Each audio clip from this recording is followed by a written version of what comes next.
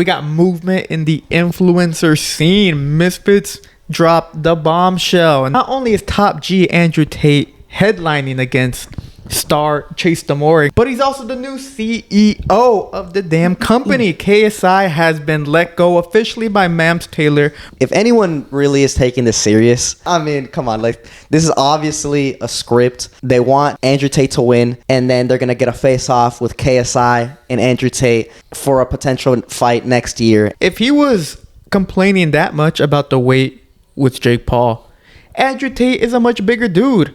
Is KSI really going to take that fight? If he does take it, is that just to show that it was actually him who was ducking Jake Paul? So I do think KSI is more scared of Jake than he is of Andrew Tate.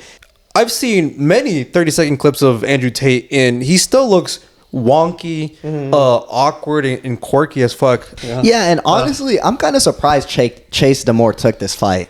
He's going to lose, bro. But he's just still so bad. Like, you can't watch this guy and, like, not laugh. Like, so, like, this is perfect for Tate. He's going to go in there. He's going to get, like, a second-round KO. And he's going to be the heavyweight world champion for Misfits.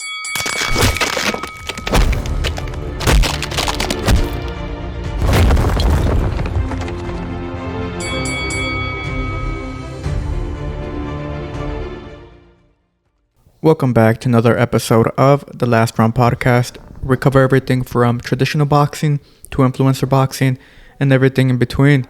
In today's episode, we'll be going over the fiasco featuring Jake Paul and Gervonta Davis, as well as much more. But before we get into the episode, make sure to like and subscribe and follow us on all forms of social media. Lastly, we're trying to build up a community on Discord, and you guys joining would be greatly appreciated. Now, diving into the episode, this past week we got big news regarding the very highly anticipated Jake Paul fight, right guys? Everyone's talking about it, everyone's buzzing about it. Psych, this fight has been, first off, an absolute flop in my opinion. There's been no hype. I completely forgot they were even fighting until this past week when we got huge news that the fight might be off due to Gervonta Davis having some new charges and accusations being pinned up on him. So this fight is meant to be taking place in 2 weeks or so. And right now there's huge doubts that it will move forward. Thoughts about this?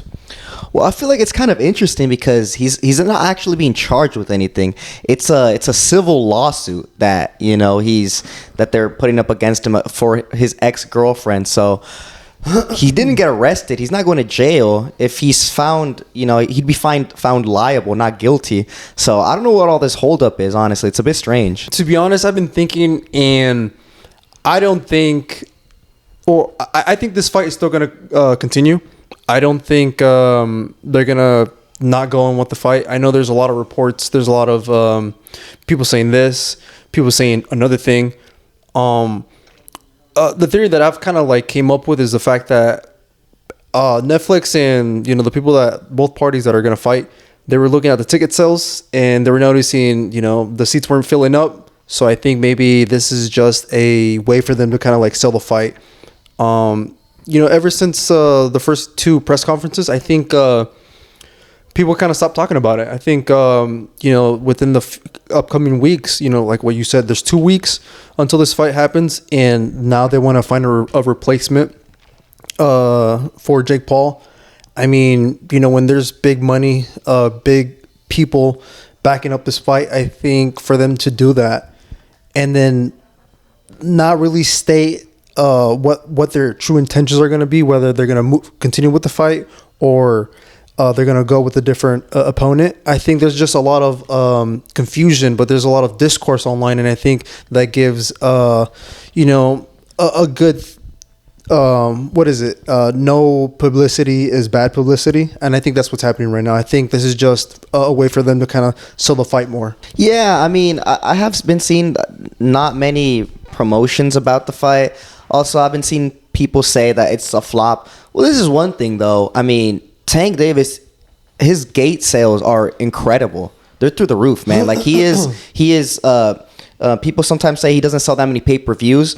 Okay, maybe he isn't the biggest pay-per-view star, but that boy, he gets people in the arena. So I don't think this was going to be a unsuccessful show or an unsuccessful event. I think there's still going to be a ton of people watching on Netflix, obviously. And I'm sure the gates were going to go crazy because Tank always brings out, he can fight anybody. I mean, he can fight Lamont Roach. He's going to bring in a big gate just because of his, his KO artist background. So I don't know. I feel it's a bit weird. I think they've been, teasing possible opponents, and they've also been teasing about changing the date as well. Not only just the opponent, they're saying they could change it into December as well, which is going to throw everything off. I mean, I've been seeing rumors of Nate Diaz rematch, of Ryan Garcia, of who else? I feel like there's been some other opponents Anthony mentioned. Joshua, Francis Ngannou. Yeah, see, so that's what I'm saying. Like, some of these are like straight up just lies. Jake is not gonna fight Anthony Joshua on short notice, or Francis Ngannou on short notice. Like, this is just a lie, complete fabrication. So I do think there is some aspect of it where it's just publicity. Honestly, I don't think. I don't know. I just don't see it being that trustworthy. Look, since there's so much confusion, I do truly believe that this is all just a publicity stunt. I do believe that's what you said. Gervonta Davis is a guy who is able to fill up the seats in almost any arena that he fights, no matter the opponent. But I believe maybe the boxing fight fans are kind of like standing their ground. Gervonta Davis is a guy who, a lot of people consider him an elite fighter, but yet his resume is weak. And a lot of people wanted him to run it back with Lamont Roach. And I think maybe there is some truth to that. Within the last week, 2 weeks ago, they weren't selling the tickets. They weren't selling the seats. So I do think this is all just a stunt.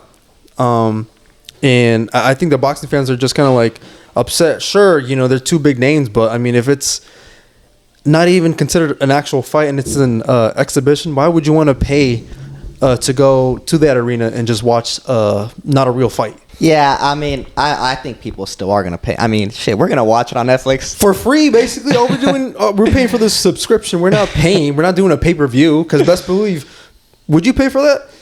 No, but I'm sure people would. I'm sure that'd still get. I mean, well, also, it comes into the pay-per-view thing. Most people pirate their shit, right? So they're not even paying pay-per-view. You can't really take that as a reliable number. But I mean, this is another thing as well. Davis has had this stuff happen in the past where it was actually even more serious. This is a civil lawsuit. He's been charged, taken to jail, got a mugshot, I think 2 or 3 mugshots floating on the internet. So, this is a guy that we know kind of, he has a history of this stuff. And it's not even just for him as well. I feel like boxers or maybe even combat sports, athletes in general, kind of have this, they kind of have this, what is it, reputation? Yeah, they have a reputation because a lot of them, some domestic violence, kind of goes into their career. It's unfortunate.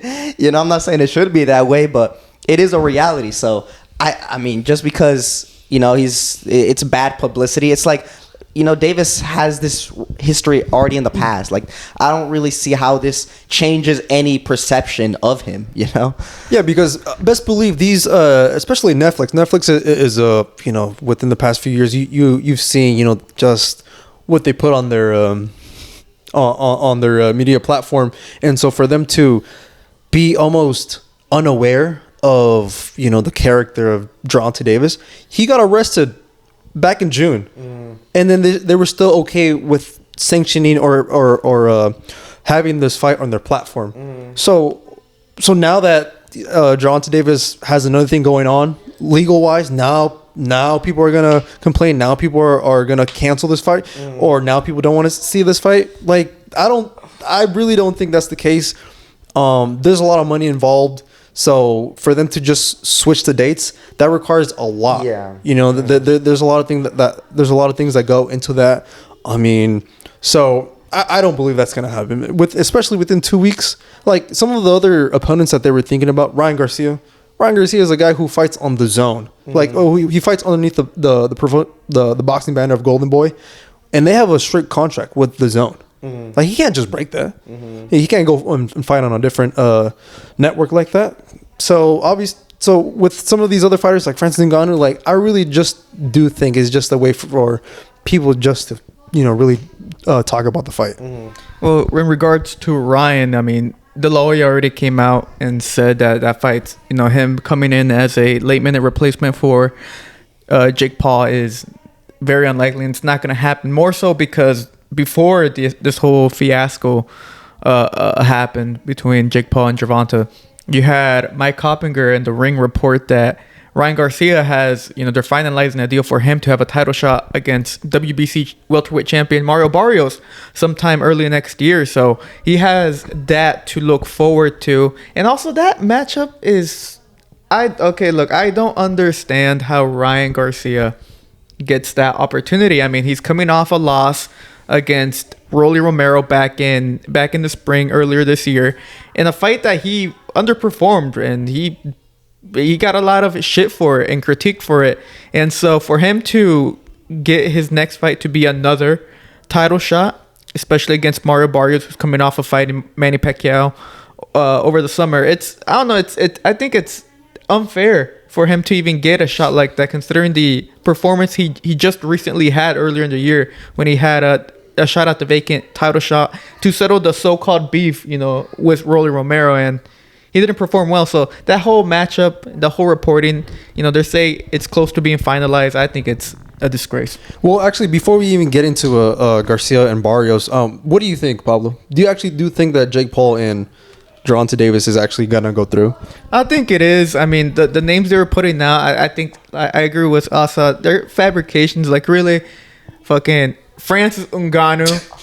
You're telling me that Jake Paul's team went out and was asking Francis Ngannou to come in? No, he's not going to fight anyone because, look, well, Francis would say yes. Francis would say yes, of course. And Francis, even if he's not training, would destroy Jake Paul. But, like, you really think Jake Paul's going to take that risk? No, he's not.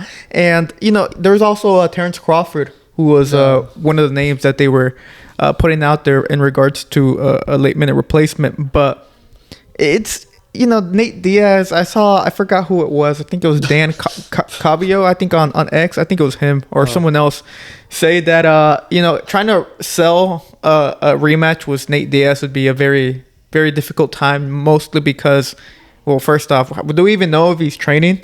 Second off, the last time they did fight, I mean, Nate Diaz lost a very easy UD decision to Jake Paul, and he also got dropped in that fight. So that a rematch with Nate Diaz would be, no one would want to watch that. In regards to Terrence Crawford wouldn't say that's another lie too. I mean, do you really think Terrence Crawford right now is on a world tour right now? So he was in Colombia earlier last week. So do you really think he's gonna take that fight? No. So Ryan Garcia was the other guy who they were thinking about, but Ryan Garcia and he already has the Barrios, so they don't have anyone. No. There's no one last minute. They have to make this fight happen. And that's why they're thinking about moving into December, because they can't afford to lose Gervonta Davis, because if they do, there's no one else is going to be able to get the fill out the seats like Gervonta. I mean, they can get like a Ryan Borland. They can get a Andre August in there, a very late minute replacement, but it's not going to sell. And that's why they're trying to push it till December. And if they can't get him, then it's over. But I think the fight is going to happen, but I think they are just going to wait until late December to make it happen. Yeah, also, I share those same sentiments, but if this fight is officially called off and they do get someone else, a replacement for Gervonta Davis, it's going to look super bad on him. The fact, so he had one fight which he didn't look good, and then he had he lost his opportunity, man. I mean, he's expected to get paid around 30 to 40 million. So for him, that would be a huge loss, and that would truly suck for him. And then, at least for him, he would still be a champion, right? But I mean, his next fight would have to be against another elite fighter for anyone to really want to watch him. Like, he can't want to run it again with Jake Paul maybe for next year or whatever. He would have to fight Shakur Stevenson. He would have to fight some of these other champions at 135, which is what the people have been calling for. So if he doesn't get this fight and this fight is canceled and he's replaced, I mean, he basically, this is on him. Yeah. Well, people already, first off, in regards to the fight, I completely forgot this fight was even happening. Because I knew it was going to be in November, but I forgot how, what day actually landed on November. So at this point, dude, they can just scrap the fight. I mean, the marketing has been very bad. And there's been no buzz at all for the fight. Even during the press conferences, which, the clips went somewhat viral. The reporters who were there, I mean, they showed the arena for the press conference. It was empty. So no one wants to see this fight. I don't want to see this fight. I mean, we've said it before. We don't want to see this fight.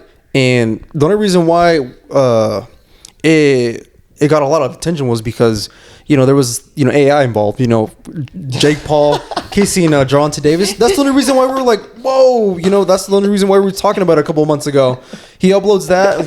He's pretending to kiss Gervonta, and then there's no other promotion. There's no other thing. People forget. And then we truly don't want to see this fight. As if you're a true boxing fan, you don't really want to see this fight unless you're a casual. And even then, if you don't really follow the sport, you're gonna forget about it. That was the most random, real Jake post. I completely forgot about that. And then, what's funny? He probably set the precedent because after, this was some time after, but all those AI videos of Jake Paul doing makeup. So I think he blamed it on himself, or he put it on himself, honestly.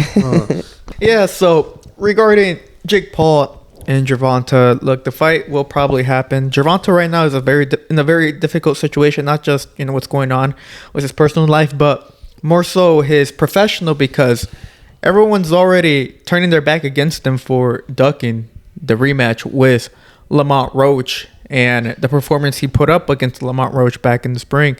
So people were already bashing him for not taking the rematch, and they're bashing him even more for taking the Jake Paul fight, and now they're bashing him even more now. So 2025 has not been the year for Gervonta Davis, considering the fact that he mentioned prior to the Lamont Roach that he was already thinking about retiring. So it's not a good look for him. And if he does want to get the reputation or the get the fans back, he would have to fight another 135 champion, which would be Shakur Stevenson. That's the only fight those big names at the 135. So an elite fighter. So yeah, Gervonta Davis right now is not in the best situation at the moment. Jake Paul and his team are scrambling to figure out how to proceed with this event. Overall, I hope it gets canceled because I really don't care about this fight. And if it does get canceled, I mean, so be it. We got bigger fights. We got better things to watch. I think this fight is actually on a Friday, but we got better things to do on a Friday than to watch Jake Paul take on a 135 pounder. But we'll see what happens regarding that. But switching over back to Ryan Garcia, like I mentioned, I am against him getting a title shot against Mario Barrios, considering how he's performed in his last fight and how he lost it. So how does it make sense that he gets another title shot? Oh, because Ryan Garcia is the luckiest fighter ever in boxing. How do you go from being able to fight for a world championship title, perform mediocre, cry afterwards, and then get another shot? I'm telling you, he's just so lucky. He's lucky that he's able to get the opportunity. He's so lucky that he still has millions and millions of fans that want to watch him fight, and that is the only reason. That's the only conclusion that I've came up with. Also, Barrios too. That's also another big payday for him, and that's another guy who, within the past few fights, has not looked the best, and yet he's still a champion. And this is gonna be another big payday for him. Yeah, I mean, it also shows the De La Hoya privilege, man, because this guy is getting a world title opportunity against Mario Barrios, a very weak champion at 147. Listen, Ryan Garcia has great chances in this fight. Honestly, I could see this fight ending in a highlight reel KO for him. I really do think Mario Barrios just hasn't been looking the best. Garcia, he did have that really bad performance last time against Rolly. But this guy, I mean, you can't say he's not dangerous, right? This guy, his left hook is absolutely insane. He's very explosive, very fast. So it's looking really good for him. So De La Hoya did his job in this fight, right? But what about some of his other fighters? More specifically, Virgil Ortiz. That boy's the interim champion. For the WBC, one of the belts. How the hell has he not gotten a world title shot? And he's managed by Oscar De La Hoya. So it really does show you the privilege, and the privilege obviously comes down to, popularity. Yeah. Ryan Garcia is levels more popular than Virgil Ortiz Jr. Virgil Ortiz is a boxing fans obviously know him, but the casual doesn't. I doubt the casual knows Virgil Ortiz Jr. or his life story. Virgil also isn't very charismatic, isn't very social, probably doesn't post a lot on social media. Whereas Ryan Garcia, he's a pretty boy. He be going on big podcasts. He's TikTok trends. Yeah, TikTok trends. He's very marketable. So it is unfortunate, but Ryan Garcia, it looks like he is on the fast track to becoming a world champion, finally. Again, because to be honest, I mean, we all thought that he was going to win against Rolly. You know what I'm saying? And it was not just us. It wasn't just like we gave bad picks. The fucking money line was like the showed it. Rolly was a massive underdog in that fight. So I mean, yeah, it was the whole boxing world thought Ryan Garcia was gonna win that fight. I'm pretty sure, especially the guy who really wanted Ryan Garcia to win, Turki Al-Sheikh. I'm almost certain he wanted Ryan Garcia to win. But that's just what I think.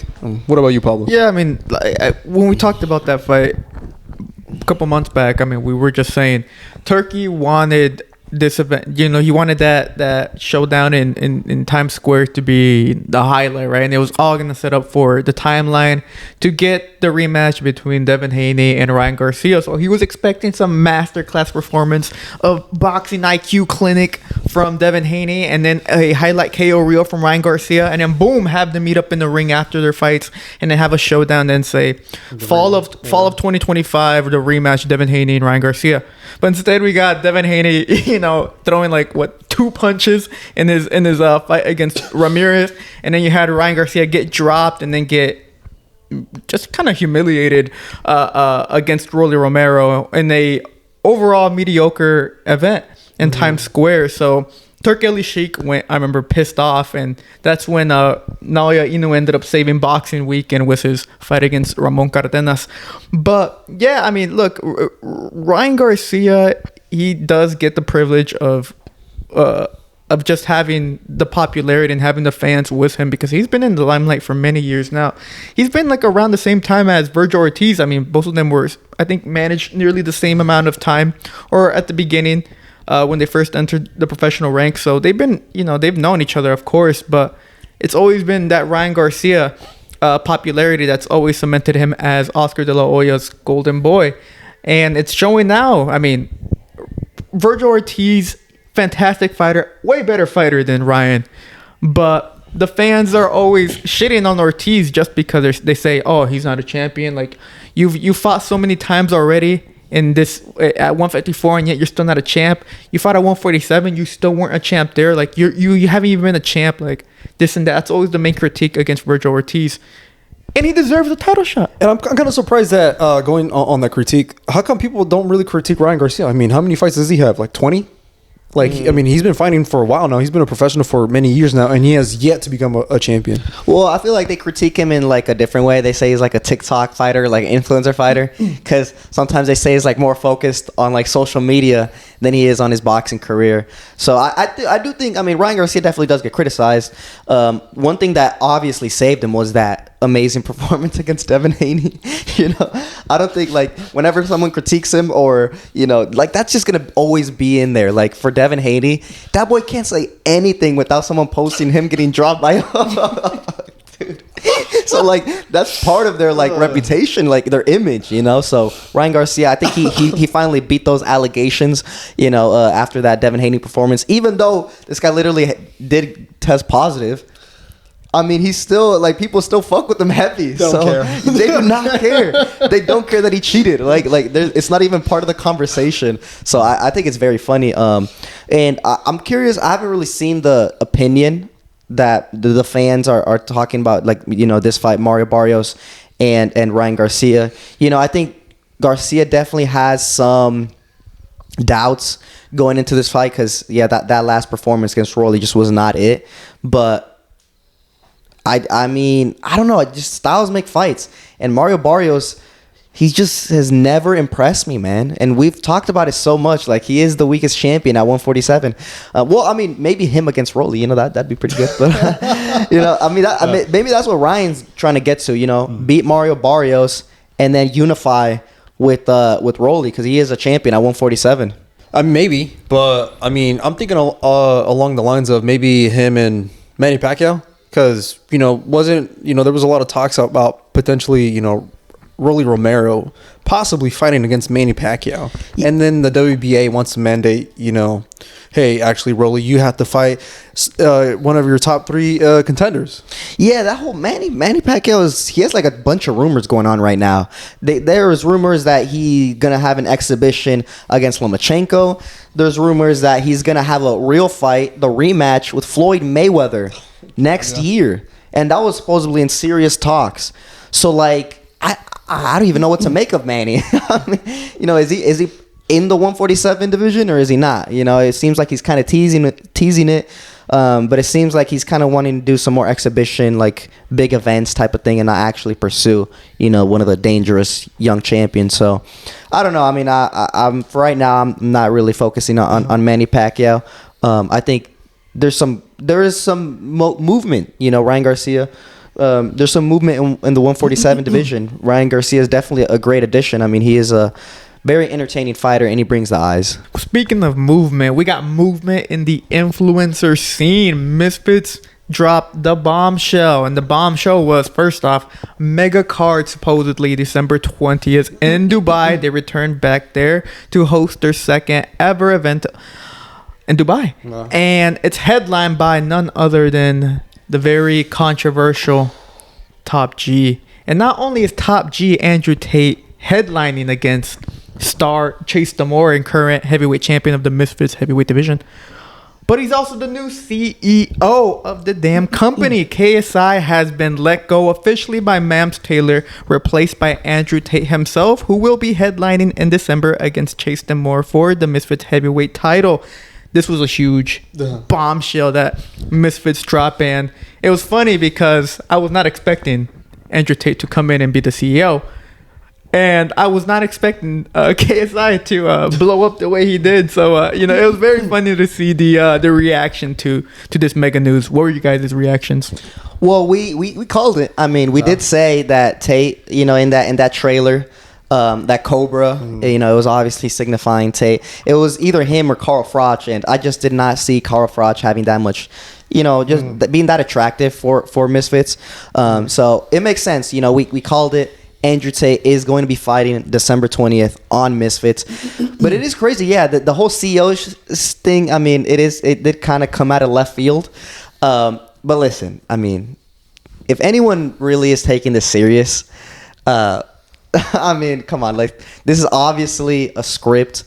They want Andrew Tate to win, and then they're going to get a face-off with KSI and Andrew Tate for a potential fight next year, and then, they're going to dub it. So, Misfits, they have done this in the past where they kind of lean on, like, WWE script. They give someone, like, exactly what to say. And I think they're doing it again. They're doing this little gimmick of Tate taking over the company, and they pushed KSI out, and KSI's having a breakdown on X, saying, can't be asked. I'm not going to be on the Misfits event, all this type of bullshit. I think it's just building up the fans, getting some hype going around, and for a mega fight, next year. Because don't get it twisted, KSI versus Andrew Tate would be huge. Yeah, I mean, Asa and I were discussing this off the pod, and that's kind of the conclusion that we came up with. In regards to a CEO of a company not being aware that he's going to get the boot, that seems very unlikely, like just the way I see it. I'm pretty sure it's what you said, that they were at the negotiation table, or they were at a table discussing, how do we go from here? How do we end the year with the big bang? And they're doing it with 2 final shows. And there's no way that KSI wasn't made aware. And there's no way that we're not going to see possibly a match next year between him and Andrew Tate. Well, the thing is, okay, look, there's of course the storyline. Andrew Tate beats Chase and becomes the new heavyweight champion of the prestigious Misfits division, and then that sets up the showdown between Andrew Tate and KSI. But look, KSI's always, when the whole negotiations or the whole not even negotiations, the whole talks with Jake Paul were always the same thing. Oh, wait, he's too heavy, yada yada. We have to meet at this certain weight, some like 190, 180 something. I don't remember what their argument was, but if he was complaining that much about the weight with Jake Paul, Andrew Tate is a much bigger dude. So he's going to be well over 200 pounds. I mean, is KSI really going to take that fight? Or if he does take it, is that just to show that it was actually him who was ducking Jake Paul? It definitely is clear. Look, KSI has been scared of Jake for a long time now. He does not want that fight. Jake would prefer that fight more than KSI. And that's another thing. That's why the weight thing has become such a big thing, because it's just KSI doesn't want to concede. He wants the most advantage possible, because I think he knows he'd probably lose that fight. So I do think KSI is more scared of Jake than he is of Andrew Tate. Because, look, Andrew Tate was a former kickboxer, world champion, yada, yada, yada. He does have experience. But, I mean, what is he, like 40? 38. He's 38, but he's retired. I mean, this guy doesn't fight. He's been in jail, so, he probably isn't... I don't know. That maybe he in fight shape. Yeah, in fight shape. It's been a very long time since he fights. And also, if you look at his style, it's very unorthodox. I mean, he has his hands down, relies on his reflexes. Yo, have you seen that dude do mitts? It's bad, bro. I ain't gonna lie. Like, this guy, he has. Look, Tay has the credentials, right? Kickboxing, but like, his boxing form is just so bad, man. It just does not flow correctly. You know what's funny is that a lot of people are able to look good, and this sentence always gets thrown around when maybe a guy wants to make a comeback. A fighter who's been out of the ring and then wants to make a comeback, and he uploads a 30-second clip of him hitting the mitts. I've seen many 30-second clips of Andrew Tate, and he still looks wonky, awkward, and quirky as fuck. He does tend to have his hands down and kind of throw wide looping shots. So it's very interesting that he decides to go with those clips. Yeah, I mean, I feel like he's probably like a fighter. He kind of reminds me of Rolly. I mean, when Rolly hits those mitts, he also looks disgusting. Also, when he shadow boxes, he looks disgusting. But look, I mean, he's fucking successful. I mean, he's a 2-division world champion. I feel like with Tate, it's the same thing. Like, he looks bad. Like, it looks so unathletic. It looks so... It just doesn't... It's not smooth, When you think of a boxer, like, look at Bivol shadow box. That looks like a boxer, right? He's like... Everything is coordinated. His legs coordinated with his hands in perfect sync.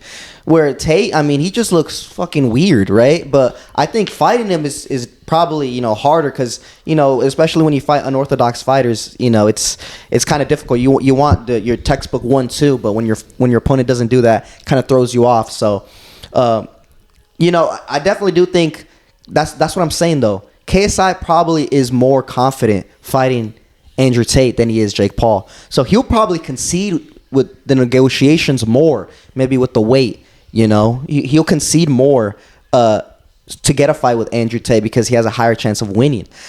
So I definitely do think, Tate, I don't know how much. I mean, it's a heavyweight, so it's just 200 plus. But I think, I think they have him as like 6'2". Yeah. So he is taller, but he doesn't. I don't think he's not as thick as Jake. Jake definitely has like. Yeah. Fucking filled out his frame, so I don't know. I feel like they're kind of comparable in size, and KSI just seeing those clips, he's probably more confident in that fight. Yeah, it's very interesting to see this potential matchup in the future, and that fight happening. Andrew Tate taking on KSI over in the UK would be huge. I mean, that'd be. But would it be in the UK? I don't know if Tate still has issues with the UK or not. I think he's free to go wherever. So I don't know. Wherever it happens, though, that fight would be huge. I mean, that it would generate so much eyes and so much attention from the media and from the fans to see, what happens, because everyone's always talking about KSI, Jake Paul, KSI, Jake Paul. But if KSI fights Andrew Tate and beats him, he's not going to need Jake Paul. I mean, he could just say, hey, I have Andrew Tate in my resume. I'm good. You're like, I don't need the Jake Paul fight to showcase that, I'm the best influencer boxer. I have Andrew Tate, the how many time kickboxing world champion, this and that. So it's a win-win situation for KSI. He gets the credibility of beating someone like Andrew Tate, and it also allows him to kind of have a one-up, I guess, in a sort of sense over Jake Paul, even though Jake Paul would still on paper have the better resume, just if you base it off of that. Yeah, and honestly, I'm kind of surprised Chase Demoor took this fight. Because, listen, he's going to lose, bro. There's no world. Imagine the unthinkable happens. Chase Demoor actually knocks out Andrew Tate. That would be insane. We'd definitely be living in a simulation if that should happen, bro. That'd be proof. Because listen, Chase, he has been getting better. He has stuck with it, and you got to respect it, right? He's stuck with boxing, even though it does not come natural to him. Quite the opposite, actually. It's bad. But he's stuck with it. He has been getting better. He's been improving, but he's just still so bad. You can't watch this guy and not laugh. Laugh to yourself.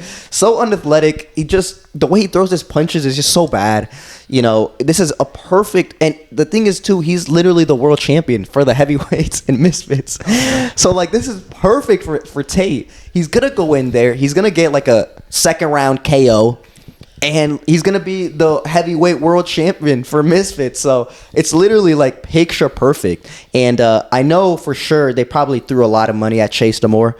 But he seems confident. I saw a couple of his tweets saying that he's going to knock out Tate. I saw he posted some Mitt work saying ready or motivated or something like that. So, I mean, it seems like he's, motivated. But maybe, I don't know if at night, when he's in his bed, if he actually believes himself. Well, Chase, the thing he does have would be, of course, the youth. And he has the activity. I mean, yes, he's not the best fundamentally when you watch him, but he's literally the embodiment of influencer boxing. But he's the embodiment of an actual committed influencer fighter. Because you look at people let's compare him to Dean. Yeah. Dean... he fights once in the blue moon and then gets injured, or he just doesn't have a fight planned right away. But Chase Demoor, this dude not only fights on the Misfit events, but he goes down to Mexico and fights there. Yeah. I mean, dude, this dude is actually fighting, on the network and out the network. So he's actually committed to getting fights in and staying active, as what you should do if you are looking to improve and to stay relevant in that scene, because that's the main scene that he's mainly seen as, as an influencer fighter. So if I was Chase Demoor, I'd be like, shit, bro, I got a lot of activity this year. I think he's fought 4 or 5 times already this year.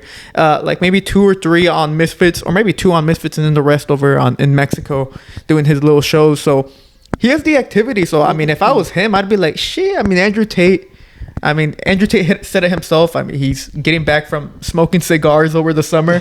So he might have a little advantage in that point, that he doesn't have to train as hard to get in shape as Andrew Tate will probably have to train.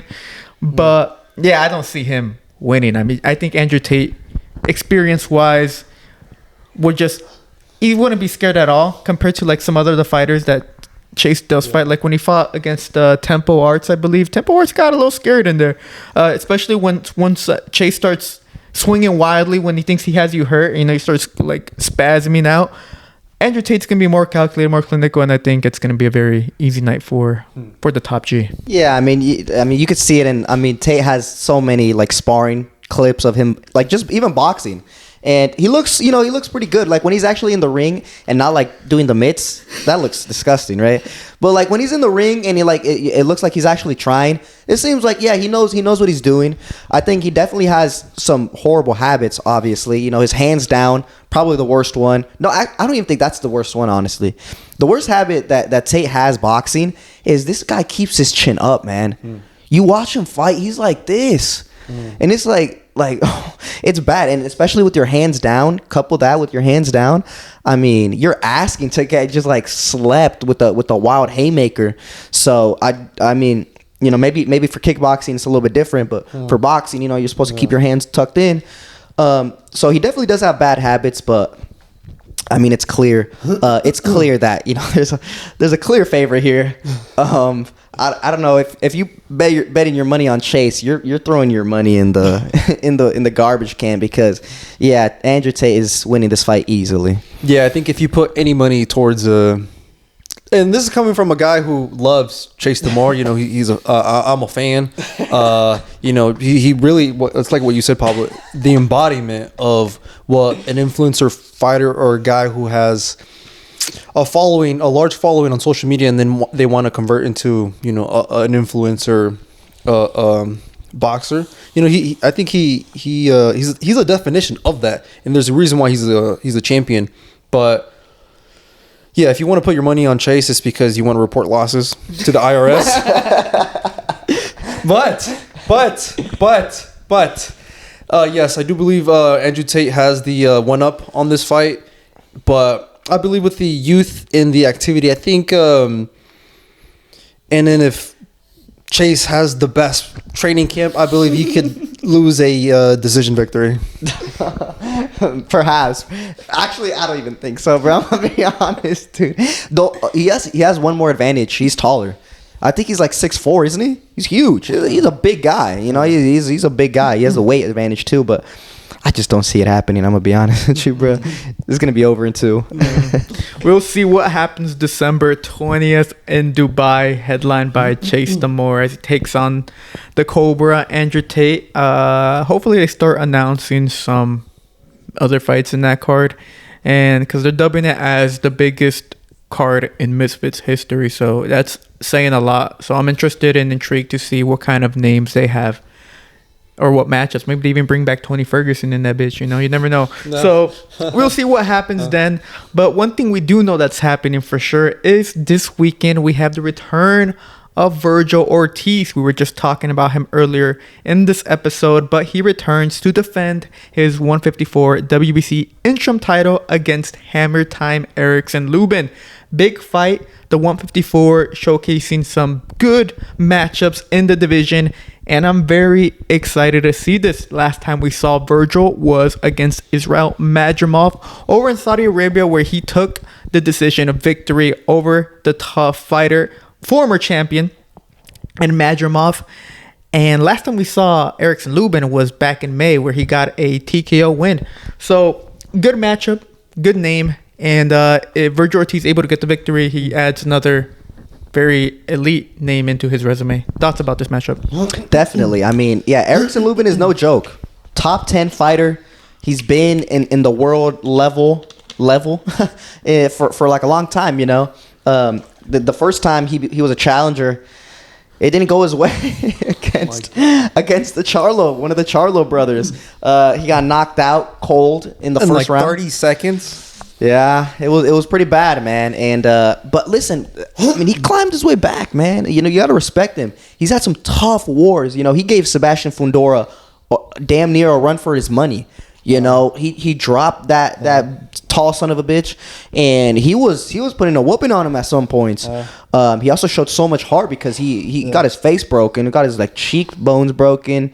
His whole face was just inflamed. He looked completely unrecognizable, and he kept on fighting. You know, so you really do got to respect him. He's very explosive. He has power. And he's a confident fighter. So it's a no joke situation for Vergil Ortiz. But that being said, I mean, Vergil Ortiz is that guy at 154. He doesn't have a world title, but that boy deserves a world title. You know, so I really do think that I just can't bet against Vergil Ortiz, man.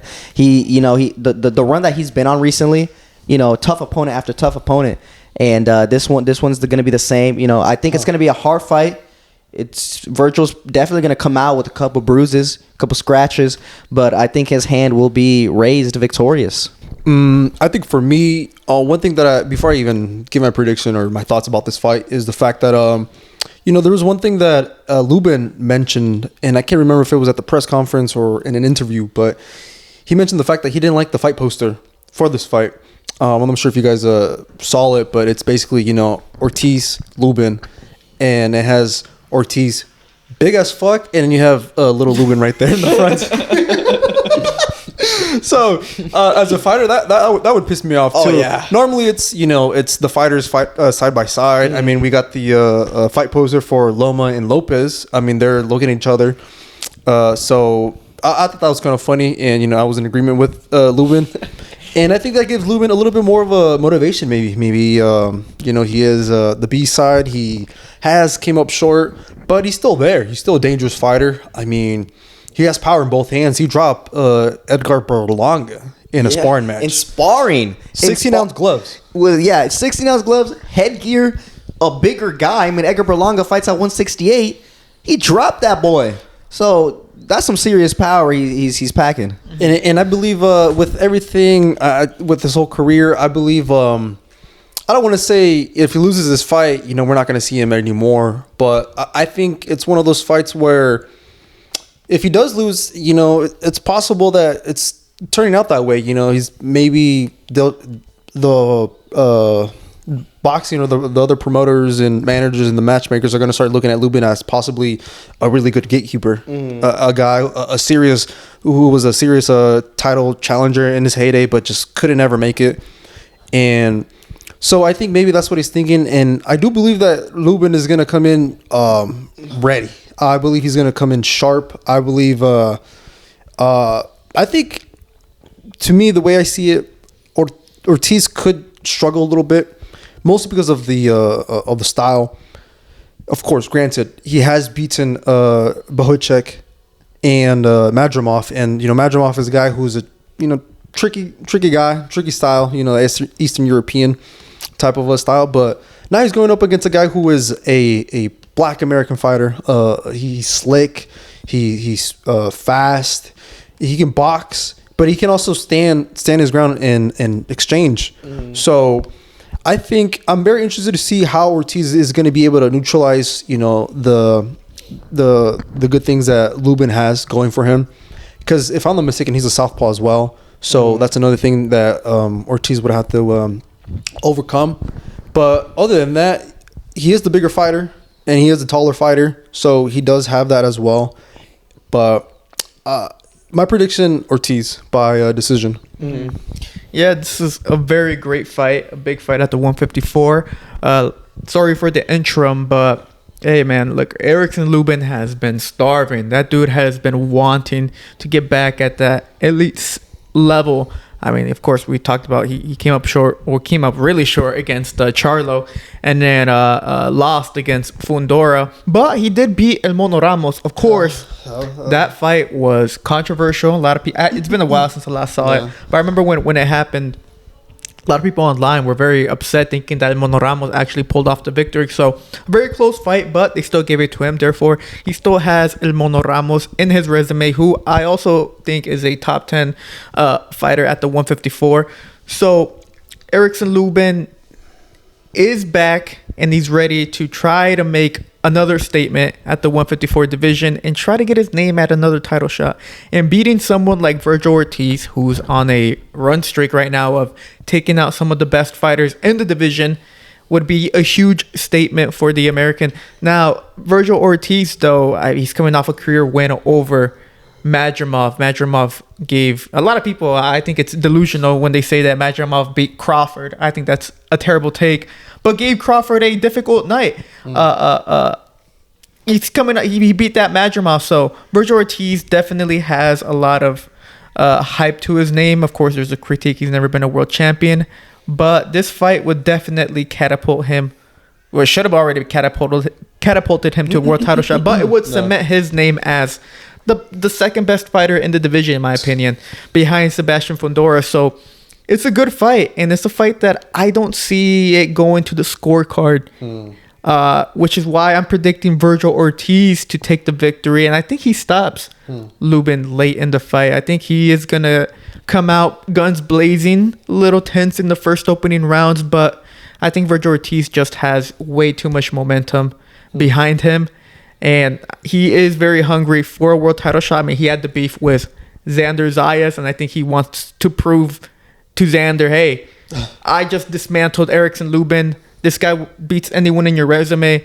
I'm here, you know. So I think Virgil Ortiz will be taking a KO victory over Erickson Lubin this weekend.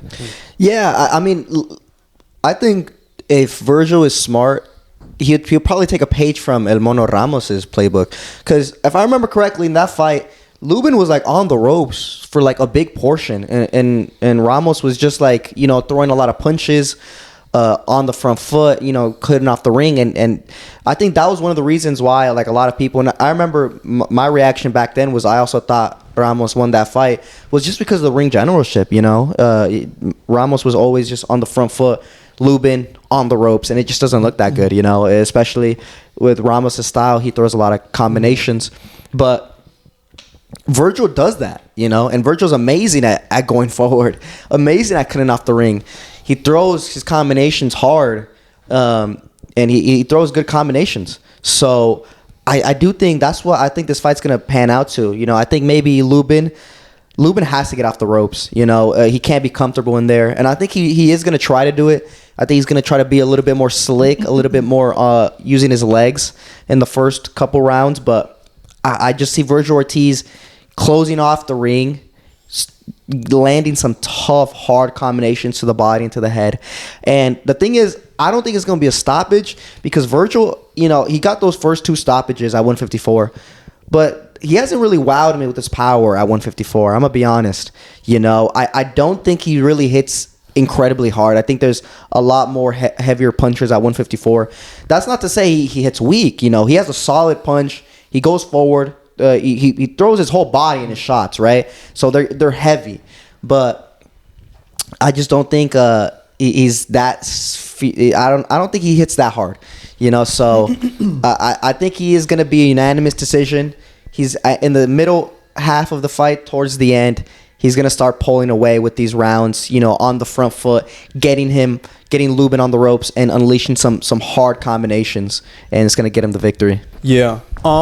In regards to that Lubin and Ramos fight, if I'm not mistaken, Ramos is southpaw, and you know he does have that aggressive fighting style, just similar to Ortiz. You know, he throws a lot of punches, but I mean it's stance. I think that's what maybe gave Lubin a little bit more difficulty, because you know I'm in agreement with you guys. I didn't think he had won that fight, but you know it is what it is. And in regards to Ortiz, you know, 154, I can't not mention boots. If Ortiz is able to dismantle Lubin with ease, I would, right now, in between a fight between Boots and Ortiz, I have it a little bit towards Ortiz. But, I mean, if Ortiz is able just to make it look super easy against Lubin, I would say, oh, yeah, I think Ortiz definitely has the edge over Boots. Mm-hmm. Yeah, it's this fight definitely builds up to the anticipated showdown between Boots and Ortiz, and there's already a lot of hype for Boots considering he obliterated Lima in 1 round. So if Ortiz steamrolls past Lubin this weekend, I mean, that fight is gonna brew up to the point it's gonna be too hot to handle, man. You're gonna want to see it next because them coming off both of these fighters coming off, you know, dominant performances would definitely hype up the buzz for their matchup sometime in 2026. So I'm hoping for a good fight. I'm hoping for a good performance because the 154, as I always say, it's the best division in boxing. Anything can happen in this division. The belts are literally up for grabs. So if you have a bad night, hey man, your opponent is gonna take that opportunity away from you. You're gonna start from ground zero. So I'm expecting fireworks for this fight for 2 power punchers, and I think it should be a good night in Texas. So I think we all agreed that Virgil Ortiz will be taking the victory this upcoming weekend against Hammer Time Lubin in a fight that we're anticipating to be fireworks. But I think we covered everything that we wanted for today's episode. Let us know down below your official predictions for this fight. Do you think Erickson Lubin will pull off the upset? Or do you think that Virgil Ortiz will make a statement and buzz the fight more for his potential matchup against Boots in 2026? Also, let us know about the new CEO of Misfits, Andrew Tate. And also, do you think the Jake Paul fight and Gervonta Davis showdown will pull through, or do you think that Francis Ngannou is actually going to come up and be the last minute replacement? Let us know your thoughts in the comment section below. Also, don't forget to like, subscribe, and follow us on all forms of social media. We are on X, Instagram, and TikTok. And lastly, we're trying to build up a community on Discord, and you guys joining would be greatly appreciated. Now, this was Pablo, and I was Rudo and Asa, and this was the Last Round Podcast. Thank you for watching.